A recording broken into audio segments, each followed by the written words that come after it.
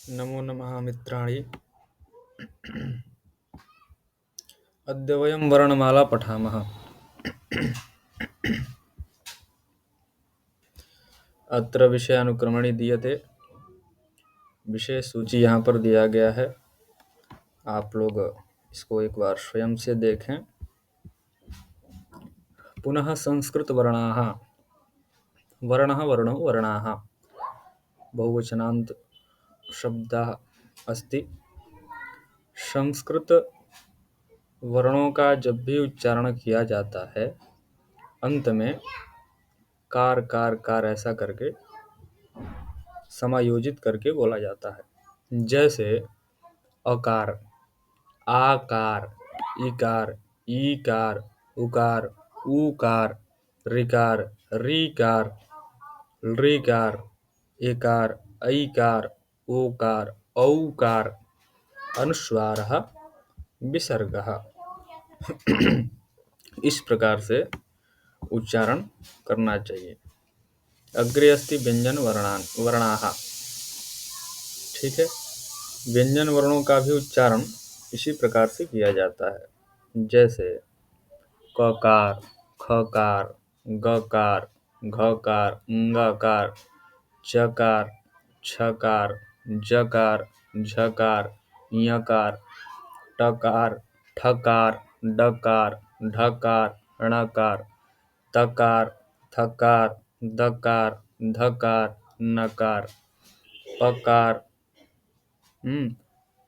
फकार, बकार, भकार, मकार। इस प्रकार से यकार और र को रकार नहीं रेफ कहा जाता है। रेफ, लकार, वकार, शकार, शकार, सकार, हकार इति। इस प्रकार से वर्णों का उच्चारण करना चाहिए। इसका आप लोग अभ्यास करें, उच्चारण करें। पुनः वर्णमाला लेखन विधि। वर्णों को किस प्रकार से लिखा जाए, लिखने का विधि क्या है, यह यहाँ पर बताया जा रहा है। यह बच्चों के लिए बहुत ही ज़्यादा उपयोगी है। जैसे अकार बनाना है तो पहले कुछ इस प्रकार से बनाएंगे, फिर ऐसा बनाएंगे, फिर इस प्रकार से बनाएंगे, पुनः संपूर्ण आकार बनता है। इस प्रकार से वर्णों को यहाँ पर बनाने का विधि बताया गया है। एक बार इसका आप लोग अभ्यास करें, बनाएं और बच्चों को भी दिखाएं। इस प्रकार से बनाया जाता है। पुनः संस्कृत वर्णानां विभागः। संस्कृत वर्णों का विभाग। आप लोग जानते हैं वर्ण दो प्रकार के होते हैं, स्वर, व्यंजन। स्वराः व्यंजनानि, स्वरः स्वरौ स्वराः, व्यंजनम व्यंजने व्यंजनानि। इस प्रकार से बहुवचनांत शब्द है। तो स्वर वर्ण दो प्रकार के होते हैं, ह्रस्व स्वर, दीर्घ स्वर। ह्रस्व 5 प्रकार के होते हैं, अकार, इकार, उकार, ऋकार, लृकार। ये 5 प्रकार के ह्रस्व स्वर होते हैं। पुनः दीर्घ स्वर 8 प्रकार के होते हैं, आकार, ईकार, ऊकार, ऋकार, एकार, ऐकार, ओकार, औकार। दीर्घ स्वर ये हैं, 8 प्रकार के होते हैं। पुनः व्यंजन को देखेंगे। स्पर्श व्यंजनानि। स्पर्श व्यंजन 25 होते हैं। कौन कौन से? क से म पर्यंत, क से म तक 25 स्पर्श व्यंजन होते हैं। अंतस्थ व्यंजन 4 प्रकार के होते हैं। कौन कौन से? यकार, रेफ, लकार, वकार। इसको अर्धस्वर भी कहा जाता है। ठीक है, अंतस्थ व्यंजन ये हैं। अर्धस्वर भी इसको कहा जाता है। पुनः उष्म व्यंजनानि, उष्म व्यंजन जो हैं, उष्म वर्ण जो हैं, कौन से हैं? श, स, स, ह। यह 4 प्रकार के होते हैं, 4 हैं। संपूर्ण योग इसको जोड़ करके 33 हुआ, 33 प्रकार के होते हैं।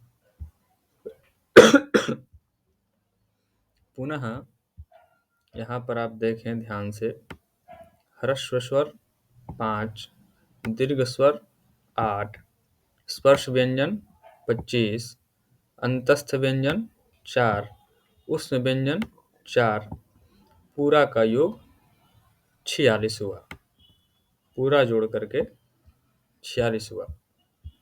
पुनः अनुस्वारः विसर्गः, इसको अनुस्वार कहते हैं। आप देखे होंगे संस्कृत शब्दों में लगा रहता है, तो इसको अनुस्वार कहते हैं।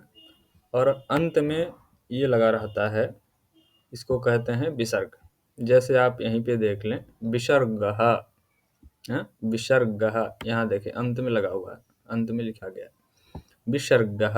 अनुस्वारः यहाँ भी अंत में है ना, इसको विसर्ग कहते हैं। ठीक है। अब वर्णानाम लेखनाभ्यासः, हाँ, वर्ण लेखनाभ्यासः। वर्ण किस प्रकार से लिखें? पंचवारम लिखन्तु, 5 बार लिखें। ठीक है, क्या लिखना है? तो यहाँ पे अकार लिखा हुआ है और यहाँ पे रिक्त स्थान दिया गया है। यहाँ आप लिखें अकार, अकार, अकार, अकार, अकार, इस प्रकार से।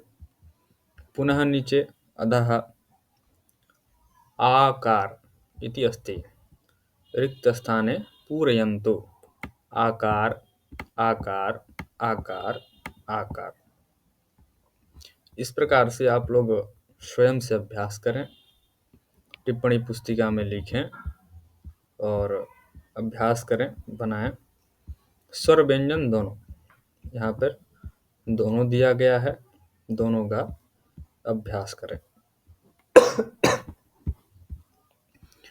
पुनः आज की पाठ यहीं तक रखेंगे, क्योंकि वीडियो बहुत लंबा हो जाएगा और धीरे धीरे पढ़ते रहेंगे, धीरे धीरे पढ़ते चलेंगे। अगले वीडियो में, अगले अभ्यास में हम लोग वर्णानाम शब्देषु निर्देशनम सचित्रम, वर्णों का शब्द और चित्र के साथ अभ्यास करेंगे, पढ़ेंगे। आज के लिए इतना ही। आप लोग इसका अभ्यास करें, जितना हो सके अधिक से अधिक अभ्यास करें। और जहाँ कहीं भी नहीं समझ में आ रहा हो या कोई प्रश्न हो, कोई जिज्ञासा हो, कुछ पूछना हो, तो आप लोग निसंकोच पूछ सकते हैं। मैं प्रस्तुत हूँ बताने के लिए। धन्यवाद। नमो नमः।